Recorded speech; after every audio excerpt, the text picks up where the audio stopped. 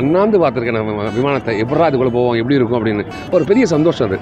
நமக்கு வசதி கிடையாது, ஆனால் ஆசைகள் ஜாஸ்தி இருக்கும். எல்லாருக்குமே இருக்கும். ஏழ்மையாக பிறந்த எல்லா மக்களுக்கும் ஆசைகள் ஜாஸ்தியாக இருக்கும். ஆனால் அதுக்கான வசதி வாய்ப்பு இருக்காது. அந்த வாய்ப்பு இல்லாதவன் தான் நான். அதுக்கப்புறம் காலம் கடந்து போச்சு. அதுக்கப்புறம் ஃப்ளைட்டில் போகணும். அது முதல் ஃப்ளைட் விமானம் போது ரொம்ப அழகாக இருந்தது.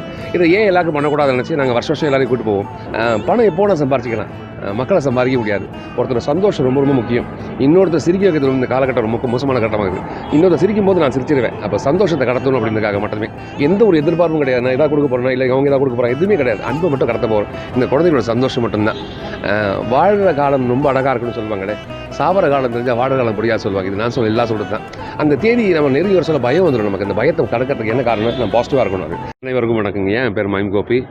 இந்த விமான பயணம் என்பது எனக்கு எங்கே தோணுச்சு அப்படின்னா, முதல்ல என் தங்கச்சி அர்ச்சனா தங்கச்சி அவள் தான் என்னை கூட்டு போகிறதுக்கு ஆசைப்பட்டு ஒரு 32 வருஷத்துக்கு முன்னாடி, அது 32 முதல்ல ஃப்ளைட்டில் கூட்டு போகணும்னு ஆசைப்பட்ட ஒரு பெரிய ஆத்மா. எனக்கு ஃப்ளைட்டில் போகிறதுக்கான வாய்ப்புகள் கிடையாது, வசதியும் கிடையாது. அப்போ என் தங்கச்சி வந்து நான் ஃப்ளைட் டிக்கெட் போடுறேன் நான் போகலாம் அப்படின்னா, அது போக முடியாமல் போச்சு. அந்த ஒரு வருத்தம் இருக்குல்ல, அது பெரிய வருத்தம். அது அண்ணாந்து பார்த்துருக்கேன் நம்ம விமானத்தை எப்படா அதுக்குள்ளே போவோம் எப்படி இருக்கும் அப்படின்னு ஒரு பெரிய சந்தோஷம் அது. நமக்கு வசதி கிடையாது, ஆனால் ஆசைகள் ஜாஸ்தி இருக்கும். எல்லாருக்குமே இருக்கும். ஏழ்மையாக பிறந்த எல்லா மக்களுக்கும் ஆசைகள் ஜாஸ்தியாக இருக்கும். ஆனால் அதுக்கான வசதி வாய்ப்பு இருக்காது. அந்த வாய்ப்பு இல்லாதவன் தான் நான். அதுக்கப்புறம் காலம் கடந்து போச்சு. அதுக்கப்புறம் ஃப்ளைட்டில் போகணும். அது முதல் ஃப்ளைட் விமானம் போது ரொம்ப அழகாக இருந்தது. இதை ஏன் எல்லாருக்கும் பண்ணக்கூடாதுன்னு நினச்சி நாங்கள் வருஷம் எல்லாரையும் கூப்பிட்டு போவோம். அதுக்கப்புறம் அருண் தம்பி பேசும்போது, ஏன்னா நான் இதை பண்ணுறேன் என்ன அப்படின்னு, அருண் தம்பி வந்து முன்னாடி வந்து நிறைய விஷயத்தை பண்ணான். அவன் வந்து பிஸ்மிலாலியில் படித்தவன்.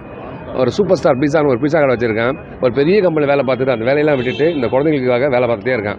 யாரெல்லாம் கேன்சரில் பாதிக்கப்படுற மக்கள் யாருன்னு தெரியாது, அவங்களுக்கெல்லாம் மருத்துவ உதவி பண்ணதுக்கு ஃபோன் பண்ணி கேட்டால் போதும், யாருங்க எங்கே இருக்கீங்க அப்படின்னா அவங்களுக்கு மருந்து அனுப்புவான். அவங்களுக்கு தேவையான விஷயத்தை எல்லாத்தையும் பண்ணுவான். பெரிய ஆத்மா. இந்த ஆத்மா இதை பண்ணுது அப்படி சொல்லிட்டு நாங்கள் கூட இருந்து பெரிய சந்தோஷம். அருண் சந்தோஷம் கடத்திட்டே இருக்கான். அதில் நாங்களும் இருக்கோம். என் தங்கச்சி எனக்கு கடத்தினா அவள்.